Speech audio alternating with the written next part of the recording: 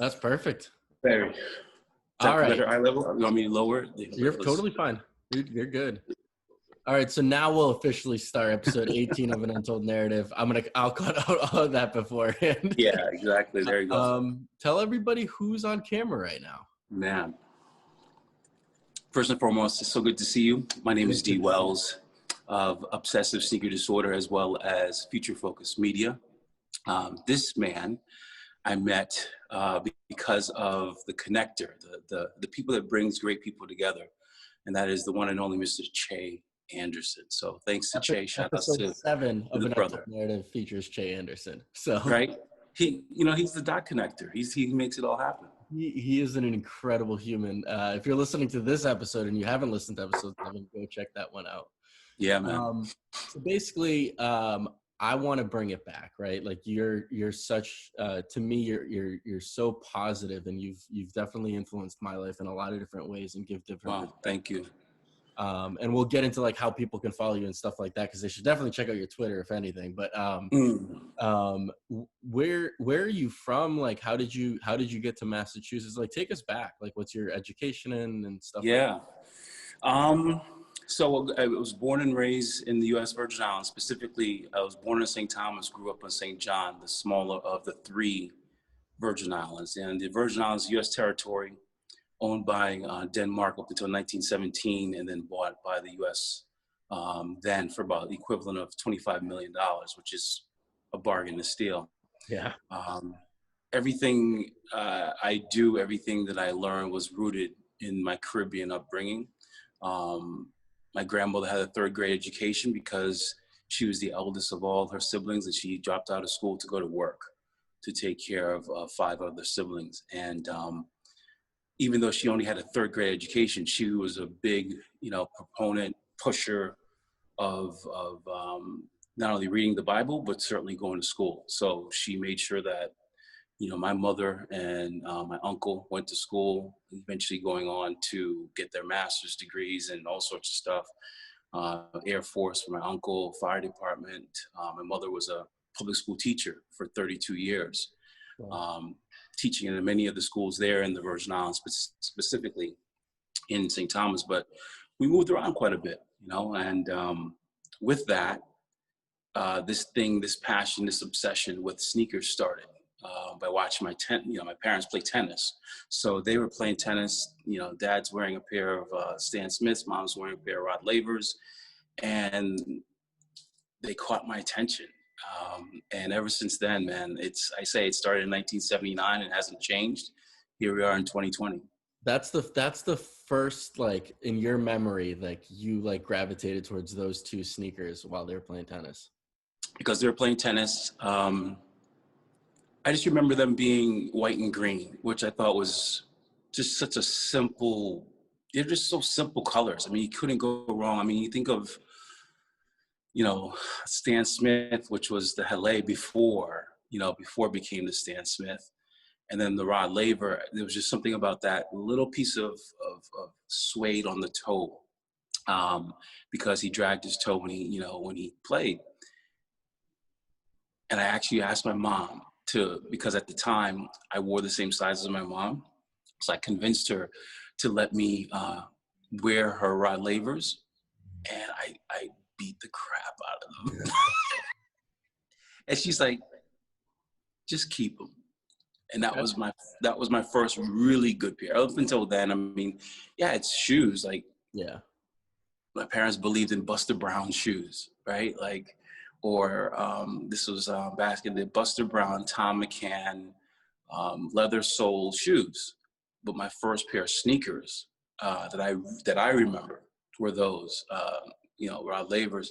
And then eventually I bought a pair of, I saved up my allowance and bought a pair of Puma Clydes. Nice. And that was like, classics. And there was like the slow train, pulling out of the out of the hub.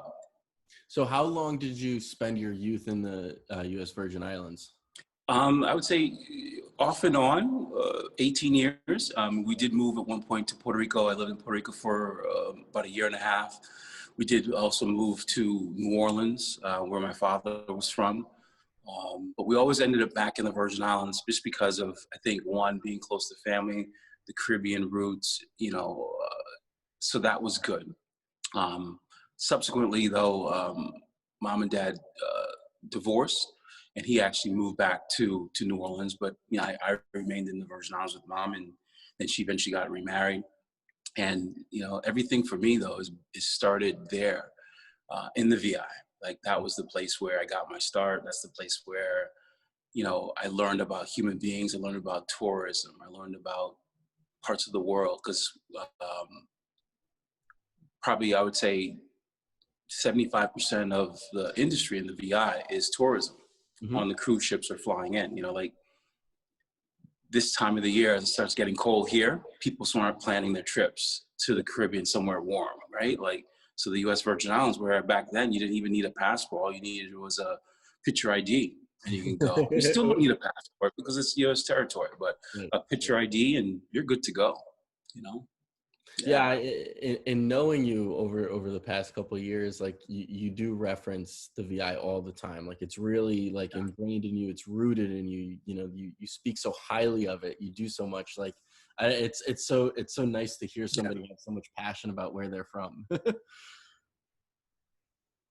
yeah, I mean it's where I was born and raised, and I said the foundation for everything that I do.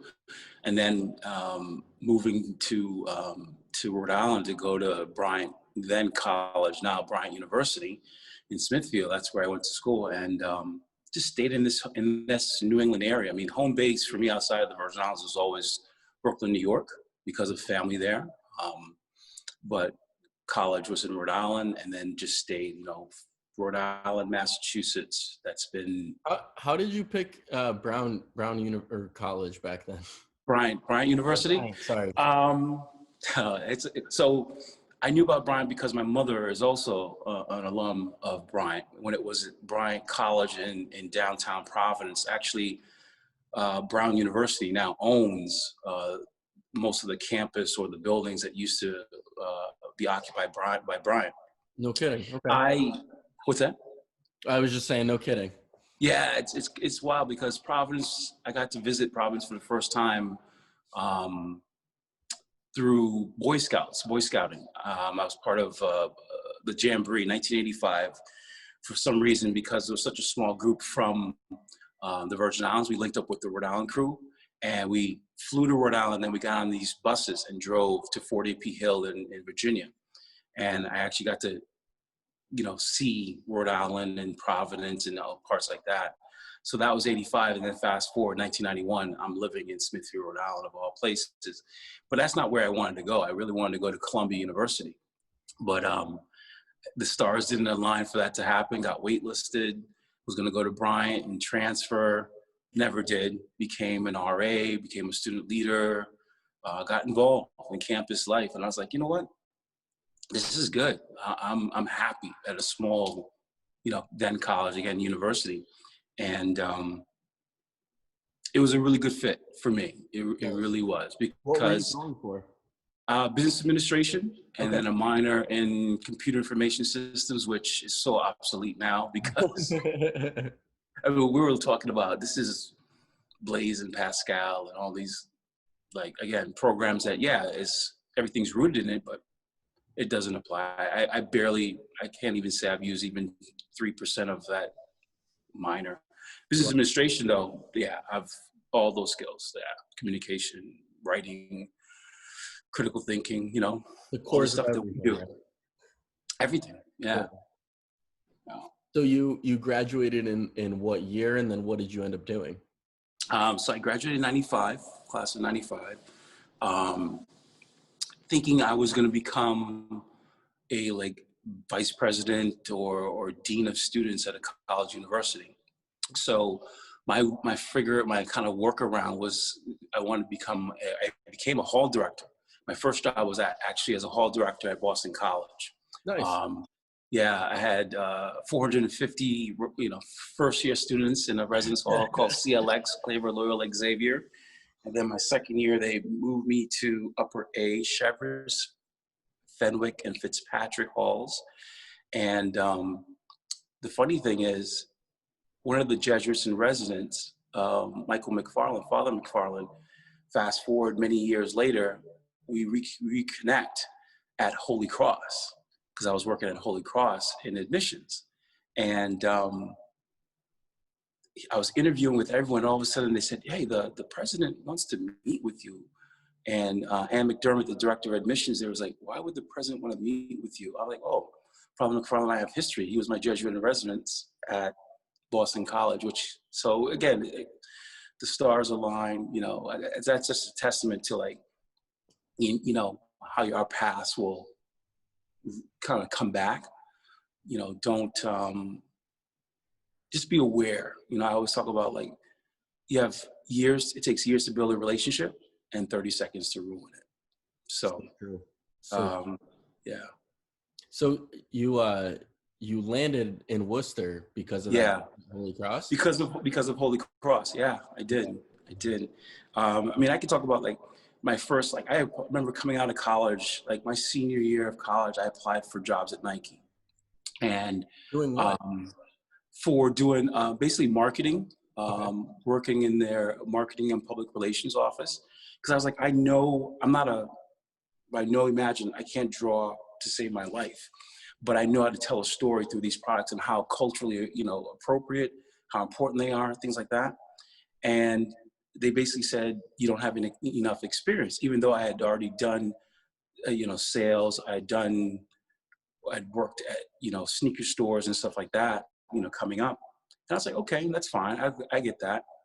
Again, fast forward, working in BC. I remember when Nike Town Boston opened on Newberry Street, going in there and having conversations with salespeople. And they're like, how do you know so much about these sneakers? And I'm like, I'm just into sneakers. I met my really good friend, Pete Maccarell there. I call him, Pete Nice. He and I are still friends to this day. We probably met, that was like easily 97. Yeah. Just like my good friend, Chris Coltredes, who I met at Allen Edmonds, right up the block on Newberry. Yeah, I met a lot of people because of footwear. So while you were working your quote unquote 9 to 5 at BC, you were still shopping around, you were walking around, checking out of course, building a community.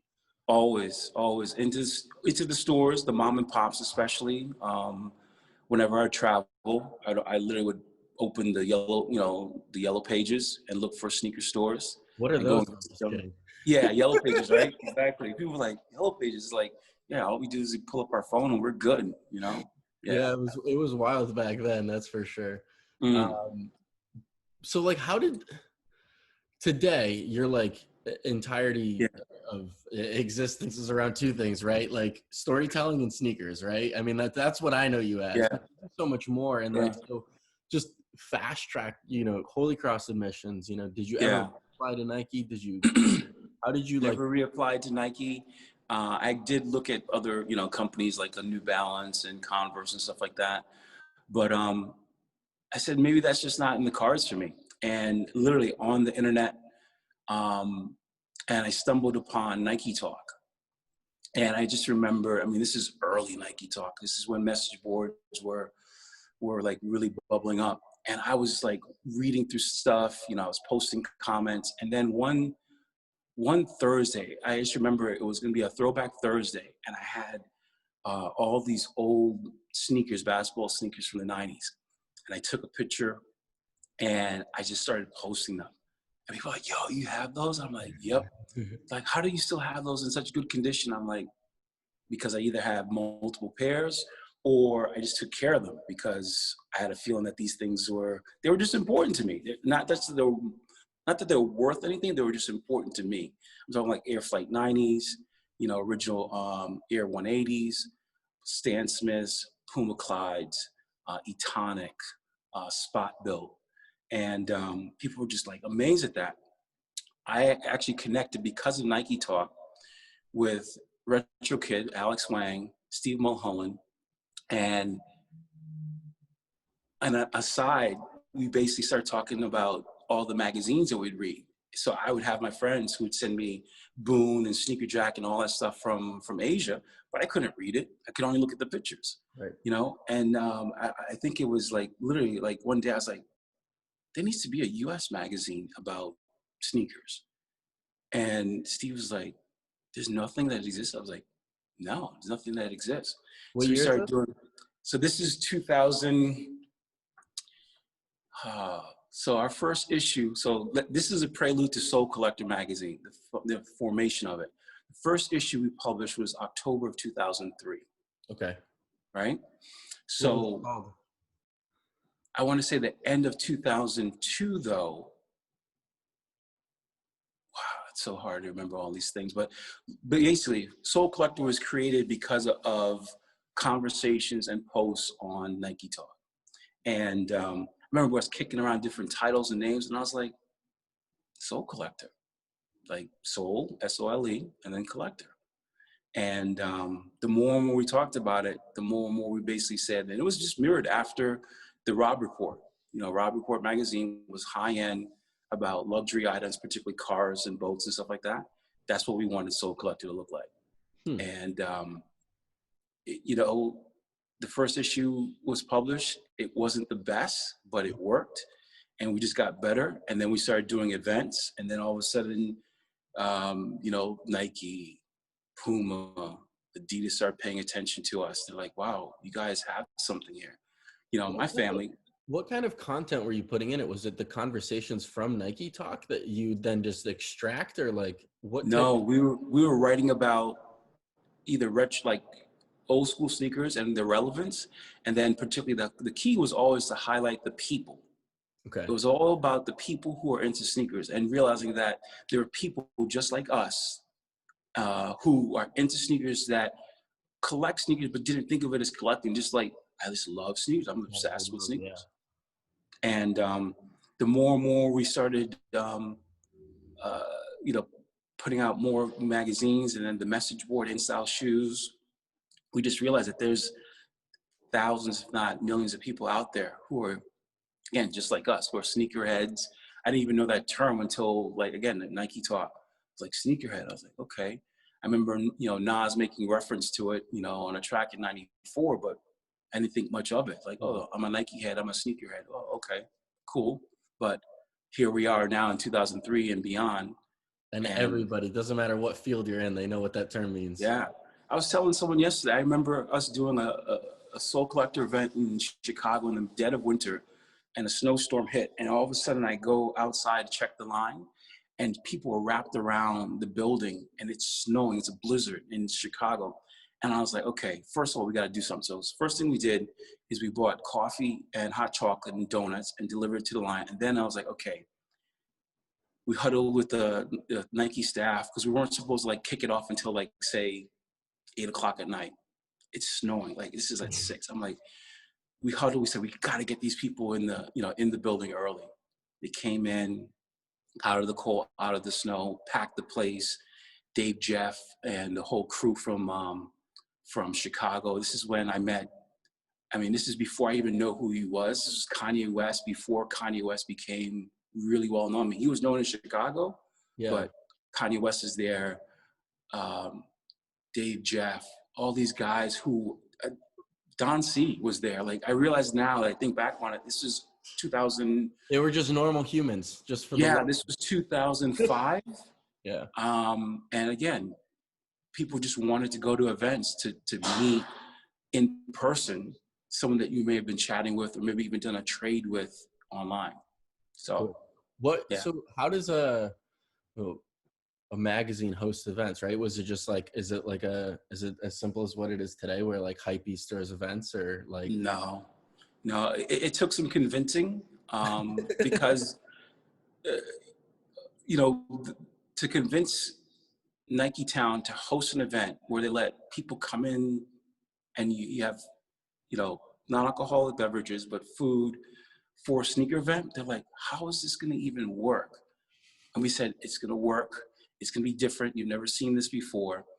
And then what we did is, because of a connection with LeBron James, and at the time he had the Chamber of Fear Air Force Ones, and we made it a tour. So we did different cities. You know, so there was Cleveland, there was Chicago, there was New York. So the 3, I think there was 5. Wow. Miami. So we did a release for every city chamber of fear, and every city had a specific chamber of fear. LeBron James Air Force This is One. this must have been before like this is like a normal thing today, right? Where Oh they yeah, yeah. Again, this is 2004, 2005, and then we did the World Sneaker Championship, which wasn't even called that. It was basically the SoleCollector Championship, where we toured and had collectors come out and bring their collections and judging, and then the grand finale was in Las Vegas at the Nike Wow. Town in Las Vegas, and that was July of 2006, and we had a special sneaker that was released. Like we had a sneaker that was supposed to come out with Stash in New York, and because of production, it got delayed. Or we had the Cowboy sneaker.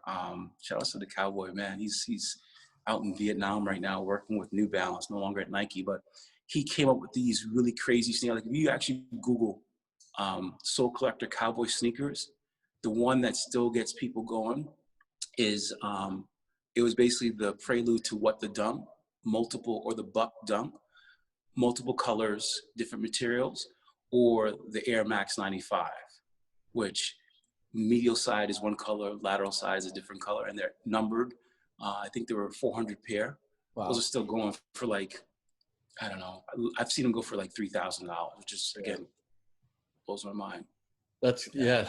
I mean, it's so refreshing to hear you talk about it, and it's like today, like, you know, maybe the audience will recognize, oh, that just sounds like what we do today. But I'm sure, like, it was probably so unique to do stuff like this. And What was the most amazing part? I'm sorry to cut you off, no, but no, go ahead. for me, it was all about the people. Like, again, to see people, meet people that I knew online in the flesh now, I was like, it's so good to meet you. You know, I felt like we had a connection, and not just, and it was women and men and, gay and straight and, just some of everyone, people from all over. Like, I remember people driving, people drove from Florida to New York to attend these events. Wow. In carloads, like caravan type style, right? Or I know people that drove from New York to Chicago, again, in the middle of a snowstorm, just to buy the sneakers, attend the party, and then turn around and drive back because they had to go to work the next day. That's crazy. Like, Some of that still does exist today, though, because like I find a lot of the like you have mutual connectivity through people through Instagram or whatever, and then you build this DM relationship, and then you magically end up in the same place at the same time, and then you hit each other up. I find that all the time today. So exactly, it's just a different version of that, probably a more populated version of that. But so technology's helped us. Yeah, for sure. How many years did you do SoleCollector? SoleCollector, I was involved until 2006. Yeah, okay. 2006. Yeah, wow, that's amazing. And then, from there, it was basically the spinoff. I then formed Obsessive Sneaker Disorder and knew that I wanted to do a podcast because I pitched a podcast to Foot Locker. And this is when podcasting wasn't even the thing. This is, again, 2004. So instead of waiting, we actually did our own. And we actually had the SoleCollector vidcast. We did video. Nice. And it was all self-funded, called in a lot of favors from friends who were in the media, film industry. And we just couldn't sustain it because it was so expensive to travel and to go to all these places. But fast forward, I formed OSD, created the podcast. The first episode was literally me talking for, almost 13 minutes. It sucked. I was ranting and raving that Converse was screwing up and doing a poor job of marketing Dwayne Wade at the time because he was with Converse. And then I decided that I needed to bring other voices to the table. And I had met, because of a mutual friend, childhood friend, I had met Sean Williams. And I just said, I need you, brother. I need you to be part of this podcast. And we just slowly grew this thing. And so we started it off in 2007. Again, people were like, podcast? What's a podcast? Like now, a podcast, like everyone's doing a podcast. I mean, look at us. We're doing this right now, right? Amazing. We were just doing audio. And then when Google rolled out Google Hangouts on Air, that's when we actually jumped over to video, and we just grew it. I mean, yeah, we had guests like, rest in peace to Fife Dog from A Tribe Called Quest on the podcast, Clark Kent, Mayer, the actor Shine McBride, Bobito Garcia, Sharice Thornhill, designers, Tinker Hatfield. I mean, that episode to this day, people still talk about, because Tinker was only supposed to be on the show for 45 minutes, and he ended up hanging out for 2 hours. You still have that audio? I do. Mm-hmm. But is it online? It is online. So it's harder to find now because we had a problem with our servers and our website, but I still do have it. I'm going to put it back up. So I'm literally, you'll get this, you appreciate this. So, and shout out to, again, another connection, Joel PDX, Joel, who lives out in Portland, Oregon. He was doing some like contract work with Nike, and he was directly connected with Tinker. And he says, hey, I have some friends that do this podcast. Would you ever think about being a guest? Tinker's like, sure, we'll set it up. So next thing we set it, Joel is the connect. He puts it all together. I get Tinker's number and I say, okay, this is the date and time. He's like, I can only do 45 minutes because I got some stuff going on. No problem. We'll be in and out, give you the questions. We're coming on like the 30-minute mark. So I'm texting him saying, okay, I know your time is short. We're going to start right. He goes, no, I'm good. Like, this is a lot of fun. And people are calling in and asking all sorts. And he's just being he's talking about the air raid, which was initially he wanted to call it the Air Jack, and how he lost that battle with the naming.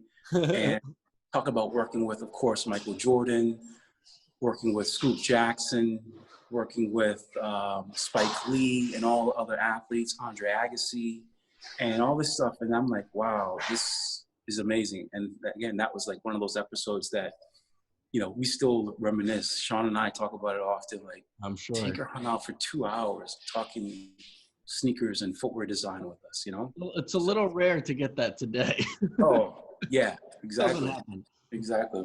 Yeah, that's wild. So you go from SoleCollector to OSD. Is this is this your main, job, or is it more still of like a hobby thing that you're doing? No, it's the main job. I mean, OSD became full time. And at the same time, then realizing that I'd missed photography, I'd missed, filmmaking, and I hadn't had a camera in my hand in a while. So got back into photography and linked up with some like-minded folks in Worcester, and we created Feature Focus Media. But we wanted to be a different production company. We wanted to also teach these skills, particularly to youth, because once you learn, filmmaking and storytelling, you can use it in every aspect of your life, every aspect of, you always have a job. If you need to go shoot take photos of a wedding, a bar mitzvah, or produce your short film, I know to this day, people that we've taught filmmaking or photography, they're still using it, for various things. I think that's why, specifically this, like, I definitely started up was one, because I never used YouTube before. And I was like, man, this platform has been around forever. And I'm like, people make a lot of money and they inspire a lot of people and they do a lot of things. And I know nothing about it. I'm like, I'm not doing myself any services if I don't learn it. And so that's totally, and then you learn how easy it is to extract audio and edit and then, get it onto Spotify and all these things. And it's just like, it clicks. And then who knows how I use this skill, in 2 years or 5 years or what it grows to, you just never know. So unless you put it out there, then, so I'm 100% like, teaching and learning things is key. Amazing, right? It's amazing. Well, congratulations for starting and doing and continuing, man. Because a lot of people talk about it, but you actually did it. A lot of people doing it about it. It's kind of time consumption, and it's like you have to plan. Then once the file absorbs itself onto your computer, you have to go in. You have to edit it. You have to like add little things. Then you have to wait for that to extract, and like it's a lot. Like it's a lot. But a lot of work. Talk about a labor of love. Yeah. But to me, it's like the however little amount of people, the nice messages people send you of like, man, I didn't know like that person had so much to their story, and like they've seen them online, but they had no idea that they went through all this. Exactly. Man, that's what makes me do it. It's like That's what makes it all worth it, yeah. Yeah, yeah, absolutely. I So you agree. started Future Focus. Oh, we're gonna get back to you. We're gonna say No problem. you started Future Focus. Yeah, When? that was 2011. Wow. Okay, so you're going on Yeah, a decade. yeah, I Wow. know. Crazy. But again, I always say this, and people heard me say, it's as human beings, all we are storytellers. I mean, some of the best lessons we learn are through stories. I mean, I grew up, again, going back to where I grew up in the Caribbean, in the Virgin Islands. Kids were seen and not heard, so I did a lot of listening. I heard a lot of stories. I learned a lot of things from my grandparents, aunts and uncles, the village, the tribe, and that's helped me navigate this world, especially now more than ever. Like, you know, I remember having a neighbor when I lived, my first apartment was in East Boston, first time. And I had a next door neighbor who was a Massachusetts State Police, and then I had a Boston police officer who lived above me. And I'll never forget the Boston police officer gave me some information that I've shared, which was what to do in an event of being pulled over at night in Boston.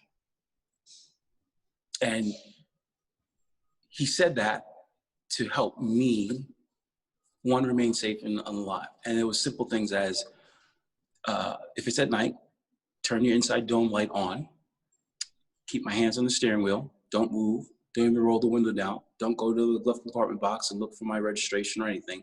Wait until the officer comes to the window. That piece of advice, which came in 1998, I still apply to this day. Wow. Guess what? I know, I've always known, I'm a Black man living in this world. I'm also a big man, so I'm mindful of who, where I am and my surroundings. My father was in the Navy. He taught me things like a man never sits with his back to a door. You walk into a place, you always look to see where your exits are. He was also a fireman too, so he's always thinking from a safety and a fire precaution. Like, I literally have taken those stories, those lessons, and applied them to my life. And I share them with my daughter. I've shared them with anyone that I've come across and meet, if it comes up in conversation.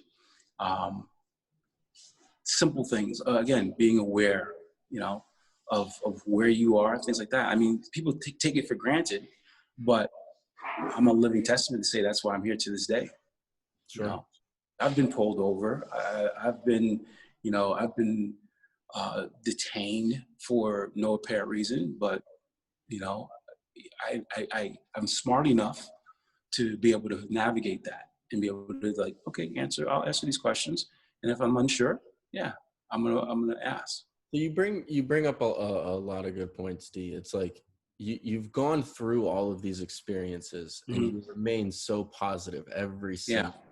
It's really, really remarkable. Like, Wow. and that's why I have such admiration for you. It's like Mm.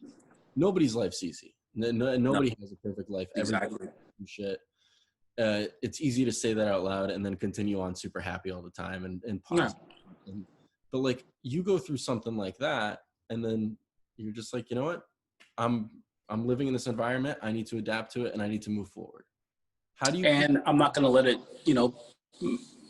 stop me. I'm not gonna let it, put me in a box and stop me. I go through the range of emotions of being upset. I mean, hurt, especially now, more and more, where I keep seeing more and more Black men being, senselessly killed, and not just injured, but it's killed. And I always think of, that could have been me or someone else that I love and respect, and all those emotions. And I have family in the military, in the police department, and I ask, like, why is this happening? And, they don't have the answer as well. They don't have the answer. Every situation is different. I mean, they're putting their life, on the line as well. I mean, I thought about going into the military. My mom wouldn't sign the paperwork. I wanted to go into the Marine Corps. She wouldn't sign it. She was like, nah, you're my only child. You're my only, I'm not having any more. So no, not happening. And this is why, again, coming from a family that has, you know, I have uncles or relatives that have served in every branch of the military. You know, my godfather was the highest ranking judge in the U.S. Virgin Islands. My godmother was Attorney General in the Virgin Islands. You know, so like law and understanding doing the right thing is not always easy, but there's an importance to having laws and rules, right? But there's also a time to push back and let your voice be heard, which is what we're seeing now. You know, there's a lot of angry and hurt people. I mean, we all are seeing and sensing this, not just, you know, because we're seeing, we're human beings. Again, we're sensing, feeling human beings. But how do we take all that, you know, anger and passion and make it into a positive thing, right? Like how do you continue to do that? How do you have like any advice to anybody, you know, somebody who is struggling and who's mad at everybody, negative, and you know, how do you flip the script? You have to find a routine that works for you. And for me, that is prayer first, thanking God every day that I wake up, because a lot of people didn't wake up this morning. You know, first thing out of my mouth, or not even just thinking it, even simple is, you know, thank God for this new day. And then it's like my routine. I have a routine of scripture reading, talking to my family, and then creating. Every day we have an opportunity to be better than we were the previous day. Every day we have an opportunity to improve. It's like the day you say you know everything is one, you're wrong, and two, that means you're dying. Nothing is constant. Everything is changing. So we have to learn, you know, it's like that ebb and flow of life. It's okay to, you know. Sorry to interrupt you. How important, how long and how important is it to say, you know, that you're thankful to be here every single morning, every single night? Because listen, I've gone, my parents, I don't know if they listen to this or not, but my religious, you know, beliefs have like bounced around. But every morning I write that I'm thankful. This literally sits on my coffee table every single morning. And this is what I've done through quarantine. I started this in quarantine. These are 8.5 by 11 pages. Awesome. And every morning I write like a little excerpt of being thankful. And it honestly, the mindset, it changes. You become more focused on the good than the negative, and it inspires and it transpires and it reformulates every action past that. Yeah. And so how important is that to you? Because if you follow Dee Wells on Twitter, you're so thankful and happy, and you share more or less the same tweet every single morning. Good morning. Thank God for this new day. That's my first tweet every morning.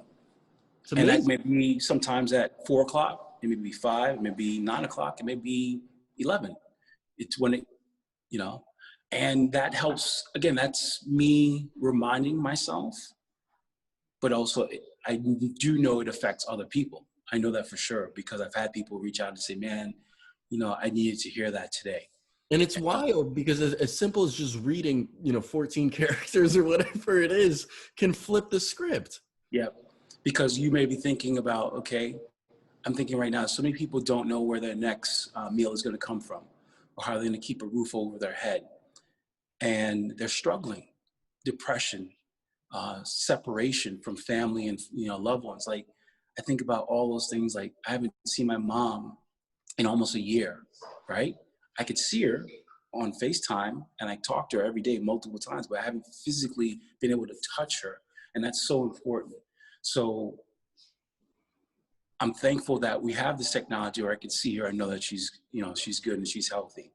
But I am longing for her touch, to be able to smell her perfume, us to have a meal together, you know, and have some drinks.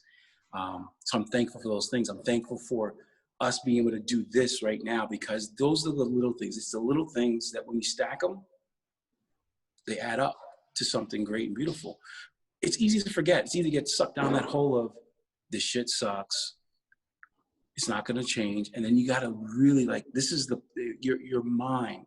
So there's nothing wrong with our brain, but it's our mind. It's what we put into, what we feed it with. So like sometimes I have to tune out of watching the news. I don't watch the news. I have to get off of social media sometimes, because it's so many people are posting negative things. And then you got to feed, I call it feed your spirit with good things that bring you joy. Talking to you, talking to a friend or a relative I haven't spoken to in a long time, and being like, my world's better because of you. And I know that. You got to surround yourself with people that lift you up, right? And that make you better. And that's led to everything that I've done. I mean, like everything from working at college universities, SoleCollector, sneakers, OSD, Pensole. I mean, everything is always, I always say it's all intertwined, all of it, all of it, all of it, all of it. So as somebody who's met so many tremendous people and influential people, and let alone just in the sneaker community, but just globally, they're big influences. How do you remain so under the radar? Because like the point of this podcast is that my guests need to be on what I call the ground floor. They're the real hustlers, right? And they're the grinders and the people who don't have a massive following or aren't super famous or any of this, because that's all you hear on podcasts, right? You get the people who have made it. You've remained under the radar, and you have all these beautiful stories, and you've met all these wonderful people, and you've have this probably a ridiculous sneaker collection, and you remain under the radar compared to relatively everybody else. So how do I do that? Or is it purposeful, or is it just the way that it's worked out? It's the way it's worked out because of who I am. I used to want to be famous, and I wanted to be famous because I wanted to play football. Like, my goal as a kid growing up was, I'm going to use my skill and talent playing football to make it to the league.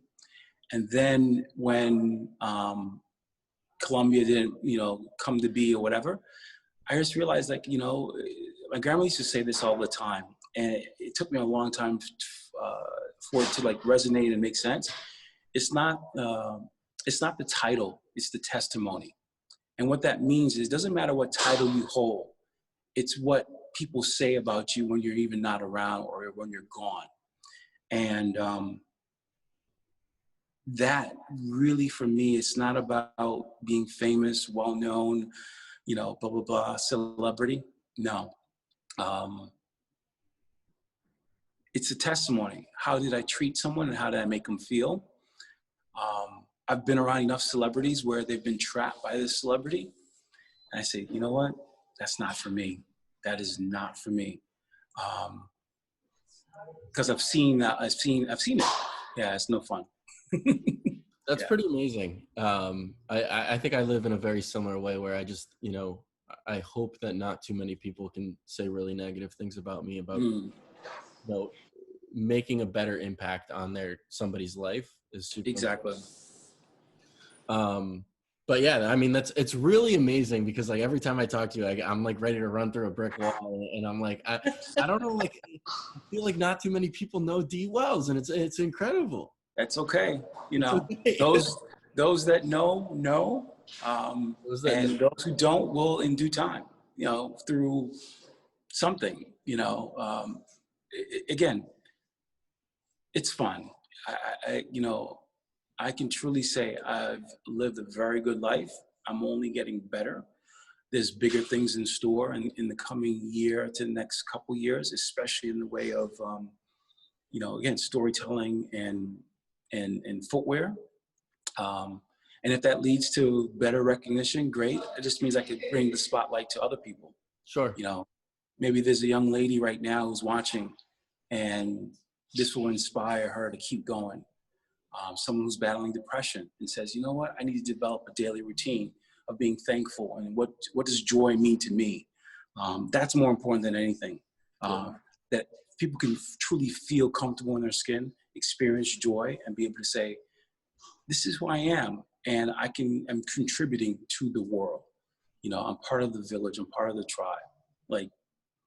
Helping someone. I mean, people talk about hope, and I through the pandemic, I've been, again, doing a lot of reading, a lot of reflection.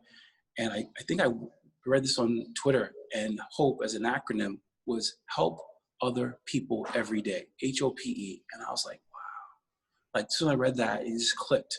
And that just stuck in my mind. And I've been sharing that with others. I wish I could go back and remember where I read it. I think it was on Twitter, but that's what it's about, helping other people every day. Maybe it's a good word. You know, I've helped people, you know, get their rent paid or contribute stuff to, you know, whatever they're going through. If I can help and inspire, that's what it's about. You know, that's what I'm here for. So a couple things that I wanted to touch on right there. Yeah. So you talk about, you know, helping other people. I did notice, because before I try to do like a little bit of research of people. So like I saw that you recently went through an event at Future Focus or through a different platform where there's a break-in. Yeah. Maybe you could speak on that, and then I'll plug a link if people can donate. Okay. Absolutely. So as I'm part of the artist, you know, collective called Stone Soup Community Artists. It's located, it's a building, beautiful building, King Street. You go to stonesoupworcester.org. There's about 12 different organizations in the building. Worcester Earn a Bike, which does great work in the city for teaching people how to repair bikes, but also how to earn a bike. And that's why it's called Worcester Earn a Bike. Cool. Neighbor to Neighbor is in the building, Worcester Roots, and then Future Focus. Sadly, because a lot of us haven't been around the building was actually broken into, and a lot of equipment was stolen. So a lot of our cameras, computers were stolen. And the building was left in total disarray, like papers and stuff thrown all over. But again, through that, yes, it sucks. I have no problem saying it sucks. You know, we were cleaning up, you know, we're finding all sorts of trash in the building. It could have been worse because like in 2009, we actually had a fire in the building, and it took a number of years because we were fighting with the insurance company. So from 2009 to 2013, we were able to move back into the building in 2013 because of finally money in the rebuilding process. So here we are in 2020. Yes, the building was broken into. Computers were stolen out of our computer lab, which we have for youth or anyone in the community that wants to come in and learn or check the internet or, you know, do workshops and learn about computing. They're all gone. So now we got to replace them. Again, we're fighting with the insurance company, but people have stepped up. I mean, I've had so many people reach out because I did share it on Facebook and Twitter. People have reached out and donated money. Again, money's tight with everyone. You know, I know that, but people have certainly stepped up, and I thank them. And it was just like, man, it means a lot to me because it's not about me. It's about us as a collective, as a group of you know, community members, as communicators, as human beings trying to help and do some good in the world. Right. Especially in Worcester right now, we're dealing with so much homelessness, so much addiction, mental health disorders, and then, you know, you stack the pandemic and you stack everything else going on. So yeah, thank you. Thanks for bringing that up, man. Yeah, no, we'll put the link below. Hopefully, you know, people check it out and help out, and they are able to support. The other thing that you mentioned was that you you kind of generically said that you're working on some things over the next year and a half, and, you know, they collectively come together. Are you able to share anything that you're like really excited about that you're working towards? Because I think what's been amazing about you, right? You've been storytelling. You've been storytelling for a very long time, right? And you've been able to stay at the top of the game. You talk about doing podcasts before podcasts were a thing, and then you took a break and now you're back to it and stuff like that. Like, how are you able to remain ahead of the curve in many aspects of what you do? Yeah, there's some stuff. I mean, some film projects I'm still working on. You know, for example, a film about the effects of the hurricanes Irma and Maria on the youth in the Virgin Islands. That's still in production. It got delayed because of the pandemic. Sure. We're supposed to be back down there doing some filming, and then, you know, some sneaker stuff that, again, because of the pandemic, stuff got shut down. You know, but it's too early to talk about it because it's so much question mark. I gotta ask. No, I appreciate it. I can't wait for these projects to come to fruition. everything from T-shirts, a clothing line that people are working on, to sneakers, of course, to functional, apparel. I'm involved in a lot of things, which is good, Yeah. but I've had to really show a lot of patience, which is not easy for me. Yeah. Business in general is not easy for many people. Yeah, exactly. But Yeah. you've been able to do it for a long time, and definitely multiple facets too. So you must have some sort of patience I do. to be grinding away. Yeah. And you mentioned it. You're just getting better with time. Oh yeah. Yeah. I haven't even hit my sweet spot yet, man. I haven't. There's a lot more. There's a lot more in the tank, man. A lot more things to do. You Yeah. know. Yeah. Is there anything else that you want to, talk about or speak on? I always have like a couple brief notes just to touch upon, but we've covered a vast We majority. covered a lot. I know. You know, Worcester is the heart of Massachusetts. And within the heart is the word art. That doesn't, happen by accident. It's a great city. There's a lot to do, a lot to experience. It's going through a lot of change. I love what you're doing. I love that you had the idea and are doing it. I just think of all the, your talent when you share, be it painting, restoring furniture, footwear design, of course. You're sick with it, like really sick with it. That inspires me. That really inspires, because it's like saying, again, someone is taking all their God-given skills and talents and are putting it out there. And yeah, there's gonna be the naysayers, but you've learned to turn the volume down on that, which is really important, and turn up the volume on the good. I appreciate that a lot. I think what's been the biggest learning out of quarantine for me is self-reflection of, I look around this apartment of what I have and what I surround myself. I can't go anywhere. I'm Right. stuck with what I have. It's allowed me to recognize that, one, I have too much, and two, I don't, and what to focus on in my time and my energy. And so that's what's been really fun about it, because to me, that was the biggest takeaway, where otherwise we're moving at the speed of life and it's so fast. Exactly. This really helped allow me to slow down and recognize what I need to focus on and what makes me happy, right? And exactly. I What hope brings that you joy? other people have done the same, because it was too fast, Yeah. Yeah. But anyway, that's enough about me. Thank you though. Thank you. Thanks for inspiring me. Thanks for having me. This has Yeah, been great. this is episode 18 featuring Dee Wells. So thank you for joining us. We'll plug, do you have a website? Two, what's your handles? Shout them out. Absolutely. So Dee Wells OSD on all platforms. DeeWells OSD. And then if people do want to contribute to Stone Soup, Artists and Collective, it's stonesoupworcester.org. That's it. And more importantly, and you have Future Focus, right? And then we have Future Focus too, futurefocusmedia.org as well. You can see some of our projects there. FFM Coop, FFM COOP for cooperative, on all social media as well, be it Twitter and Instagram. You can actually see a short film that's produced by youth about the gentrification of Worcester. That was produced about 3 years ago now, but we're seeing a lot of it happening. I'll check that out. That's really interesting. Yeah, it's called Uncommonwealth Permit to Build. And people will see, if you're familiar with Worcester, you'll see a lot of the buildings that were in the film are no longer there. Things have been repurposed. Wow. So it's a really good film, again, produced by youth over the course of 6 weeks. I will definitely check that out. Hopefully people will too. So thank you for joining us, the ever hustling, ever passionate, and positive Dee Wells. Thank you.